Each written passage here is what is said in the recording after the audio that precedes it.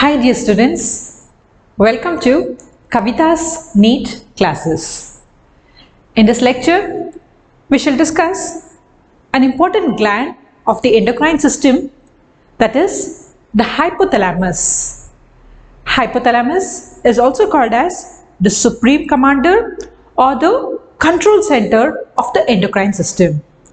So even before we start understanding what is the hypothalamus, what is its structure, what are the functions, what are the hormones it secretes, and where is it located, first let us understand what is an endocrine system, what are glands, what is a hormone.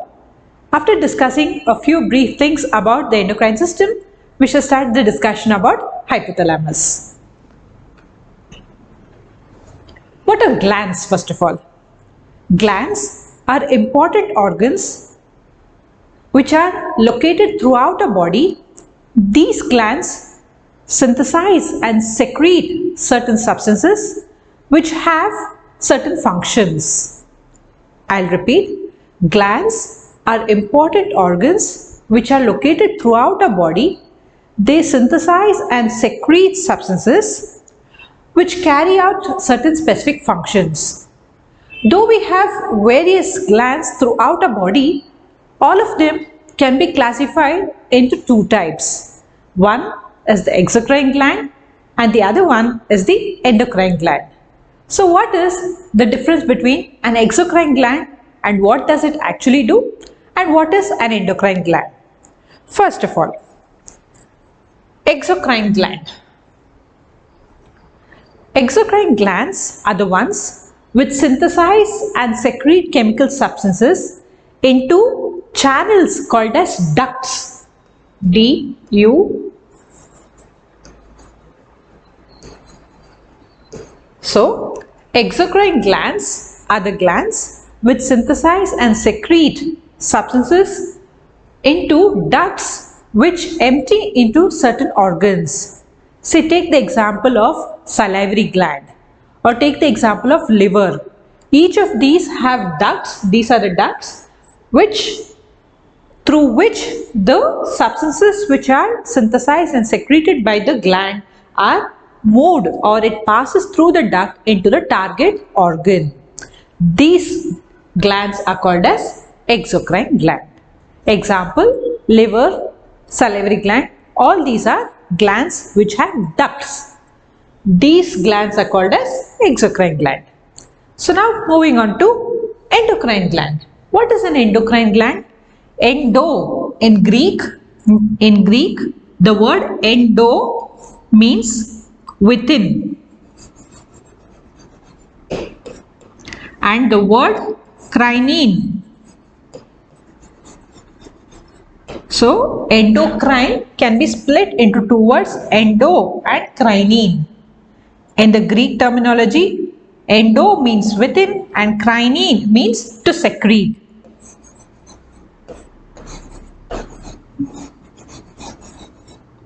So, what do we mean by endocrine glands? Here, the cells of the endocrine gland synthesize and secrete substances which do not pass through a duct.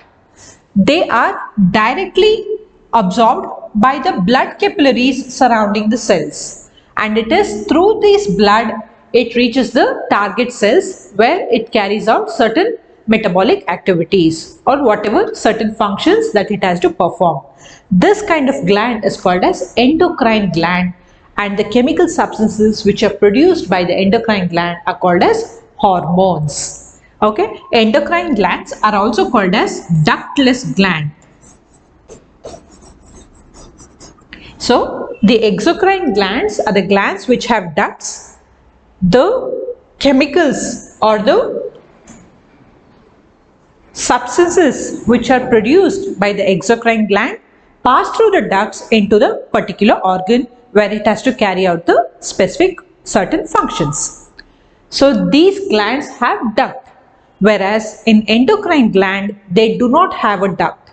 The cells of the gland synthesize and secrete substances called as hormones which are directly absorbed into the blood in the surrounding capillaries, and through the blood these substances called hormones move to the target place where they carry out the functions or whatever activities they are supposed to perform.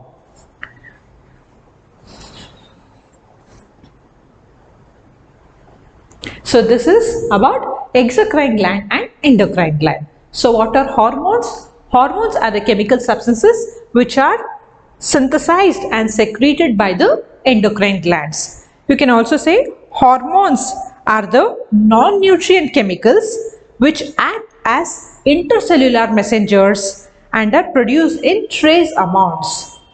Hormones are non-nutrient chemicals which are produced in trace amounts and they act as intercellular messengers. So now you know what is a gland, what are the different types of gland, that is the exocrine gland and the endocrine gland, and then you also know what is a hormone. So what do we mean by the endocrine system? What all comes under the endocrine system?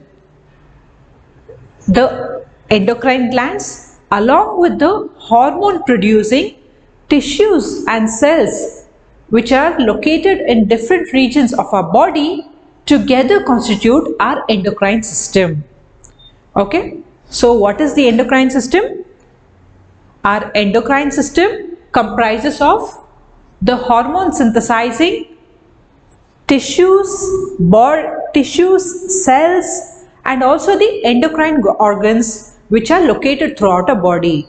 So what are the various endocrine organs? Endocrine organs are hypothalamus, pineal gland, pituitary gland, thyroid gland, pancreas, testis. Like this we have various endocrine glands in our body. Okay, so in this lecture we will be discussing about the important endocrine gland hypothalamus, and in our future lectures we will be discussing in depth about each one of these endocrine gland. So you understood what is endocrine system, isn't it? Endocrine system is the system which comprises of all the endocrine glands and the tissues and the cells which secrete hormones and which are located in different parts of our body. This entire system is the endocrine system. In this lecture, we shall discuss about hypothalamus. Hypothalamus, as I already told you, hypothalamus is called as the supreme commander or control center of the endocrine system. It is a supreme commander of the endocrine system. So first we shall try to understand where is the hypothalamus situated and what is its structure, even before we discuss what are the functions, that is what are the hormones that are synthesized and secreted by the hypothalamus. First about the location and the structure of hypothalamus. Hypothalamus is situated in the diencephalon or the forebrain. So we know we have three parts of the brain, isn't it? Forebrain, midbrain and hindbrain. So forebrain is also called as diencephalon. So the hypothalamus, the gland hypothalamus, is situated in the forebrain, which is also called as diencephalon, and it lies below or inferior to the thalamus. So here in this picture you can see this region is the thalamus. Okay, and this structure which you see here, this is the hypothalamus. So this region is considered as the forebrain, and here you get the midbrain and hindbrain. We'll be discussing more about the different regions of the brain, etc. in another lecture. So here you need to know that the hypothalamus is located in the forebrain, which is also called as diencephalon. This region here, this is the thalamus, and since the hypothalamus is situated below the thalamus or in an inferior position to the thalamus, it is called as hypothalamus. Okay, so why is hypothalamus called so? Because it is situated in an inferior position to the thalamus or just below the thalamus, it is called as hypothalamus. So it lies below or inferior to the thalamus. And one important function which it serves is, it provides an anatomical connection between the nervous and the endocrine system through the hypophysis. So here you can see the hypophysis. What is hypophysis? Hypophysis means pituitary gland.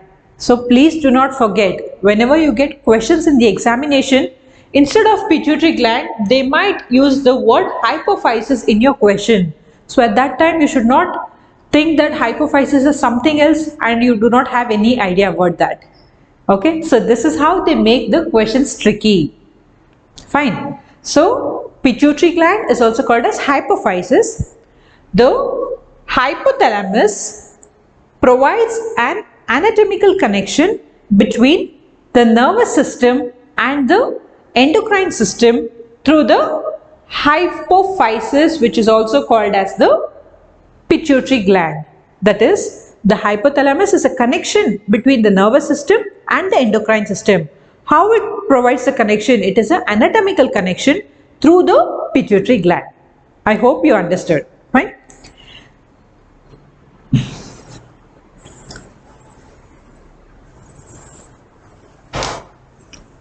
The hypothalamus is connected to the anterior lobe of the pituitary gland by hypophyseal portal veins. So in pituitary gland, we have the anterior lobe, which is again comprised of pars distalis, pars intermedia, and the posterior lobe, which is also called as pars nervosa.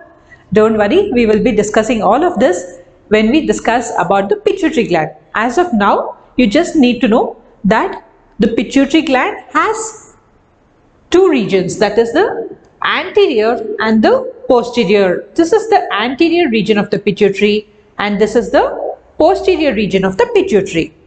Fine. So the hypothalamus is connected to the pituitary. How is it connected? It is connected to the anterior lobe, that is this lobe. It is connected to the anterior lobe of the pituitary through hypophyseal portal veins. Here you can see this red color from here. So this is coming all the way from the hypothalamus and it is connecting to the anterior lobe of the pituitary. So the hypothalamus is connected to the anterior lobe of the pituitary to the hypophyseal portal veins. Then how is it connected to the posterior lobe of pituitary? It is connected to the posterior lobe of pituitary mainly by axons of the neurosecretory cells. The hypothalamus has neurosecretory cells called as nuclei. Please do not confuse this nuclei with the nucleus of the cell. Okay, so this is where you will start getting confused. So please do not get confused. So even in your examination, you might get questions using these terms. Instead of using the term instead of using the term neurosecretory cell, they might use the term nuclei. So please do not get confused. The neurosecretory cells which are present in the hypothalamus are called as nuclei. Got it? So these you can see here, these are the neurosecretory cells. Okay, the neurosecretory cells, the axon of these neurosecretory cells are connected to the posterior lobe of pituitary. So we know that the nerve cell has an axon, isn't it? And the axon has terminal ends through which the signals are passed. Fine. So these neurosecretory cells have axons which are connected to the posterior pituitary gland. Okay. So how is the hypothalamus connected to the pituitary gland? The hypothalamus is connected to the anterior lobe of the pituitary gland through the hypophyseal portal veins. So these red veins here, these are the hypophyseal portal veins, and hypothalamus is connected to the posterior lobe of pituitary gland through the neurosecretory cells. That is, the axons of the neurosecretory cells are connected to the posterior lobe of pituitary gland. So now we know about the location and the structure of hypothalamus. So where exactly it is located and how it is connected to the pituitary gland. So what is the function of hypothalamus. The hypothalamus secretes hormones which influence the functioning of the pituitary gland. Actually, we call pituitary gland as a master gland, whereas this gland, hypothalamus, controls the pituitary gland. Hence, it is aptly called as the supreme commander or the control center of the endocrine system. Got it? So, it is the hypothalamus gland which actually controls the pituitary glands. That is, it either stimulates the secretion of certain hormones from the pituitary gland or it inhibits the secretion of hormones from the pituitary gland.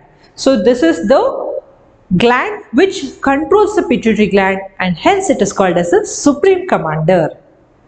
Okay.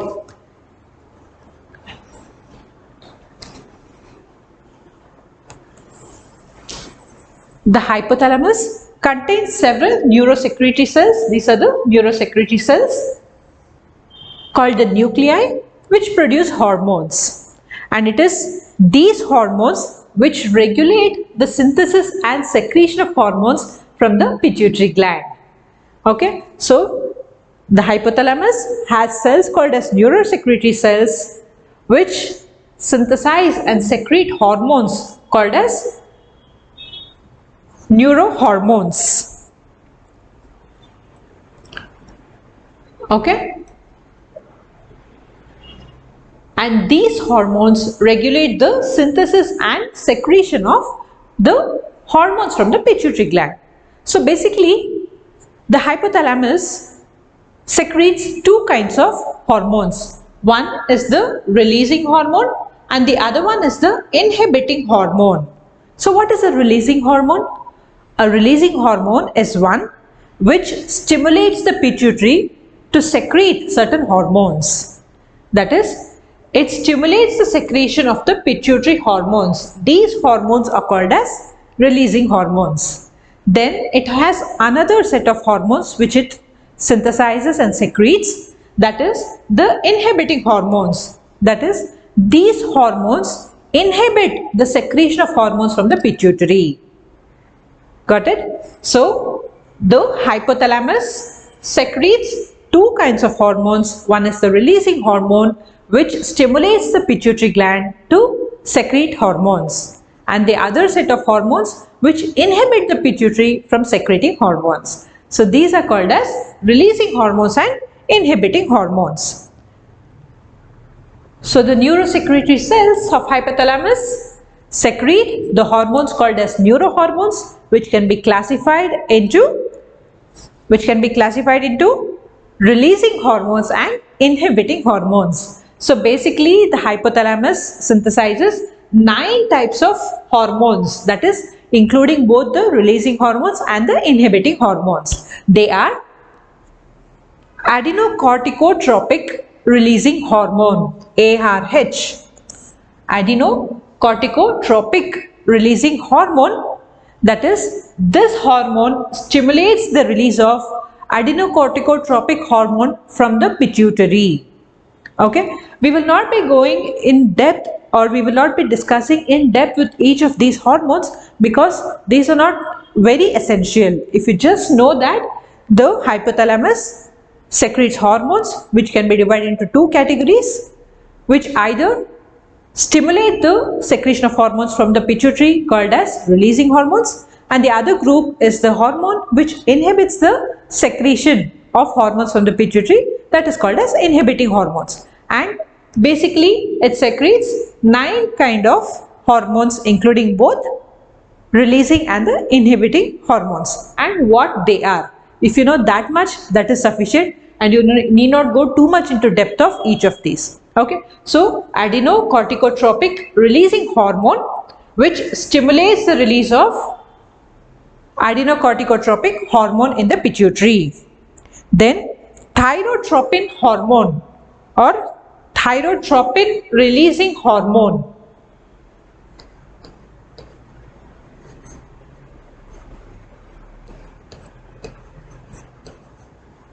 Thyrotropin releasing hormone which stimulates the secretion of thyroid stimulating hormone in the pituitary. So what happens when this hormone is released by the hypothalamus? it goes to the pituitary and stimulates the pituitary to release the thyroid stimulating hormone.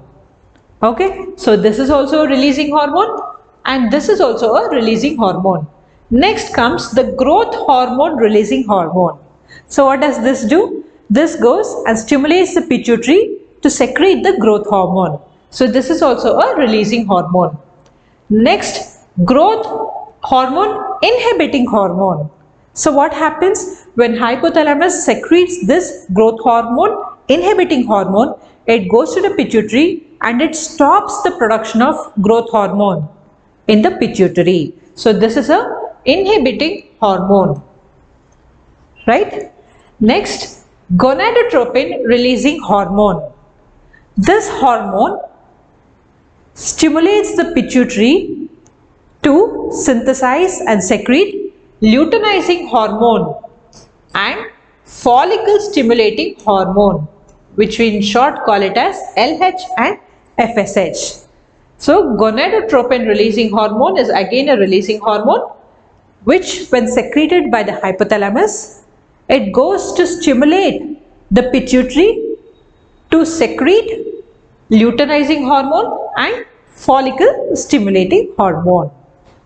You can see here in this picture how the secretions of this hypothalamus reach the pituitary gland and how they stimulate the pituitary gland to either synthesize and secrete a hormone or inhibit the secretion of a hormone. Next is the prolactin releasing hormone. This is a releasing hormone, that is the prolactin releasing hormone stimulates the pituitary to secrete prolactin, and this is the prolactin inhibiting hormone. So you know what it does. Next is the melanocyte stimulating hormone releasing hormone. So melanocytes are the cells which are responsible for giving us the pigmentation of our skin, isn't it? Melanin is a component, it is a pigment which is responsible for giving us the skin color. So it is the melanocyte stimulating hormone which is responsible and which decides the amount of melanin that is present in our skin. So the melanocyte stimulating hormone releasing hormone, it stimulates the synthesis of melanocyte stimulating hormone in the pituitary, and this is again a inhibitory hormone, that is melanocyte stimulating hormone inhibiting hormone, which inhibits the synthesis and secretion of melanocyte stimulating hormone in the pituitary gland. Okay, so you need not go too much into depth of all these hormones. Just understand that the hypothalamus produces two kinds of hormones, and it is the hypothalamus which controls the secretion of hormones of the pituitary gland, and hence it is called as the supreme commander or the control center of the endocrine system. So it produces two kinds of hormones. One is the releasing hormone and the second one is the inhibiting hormone. The releasing hormones stimulate the pituitary gland to synthesize the hormones and secrete it, whereas the inhibiting hormones inhibits the secretion of certain hormones from the pituitary.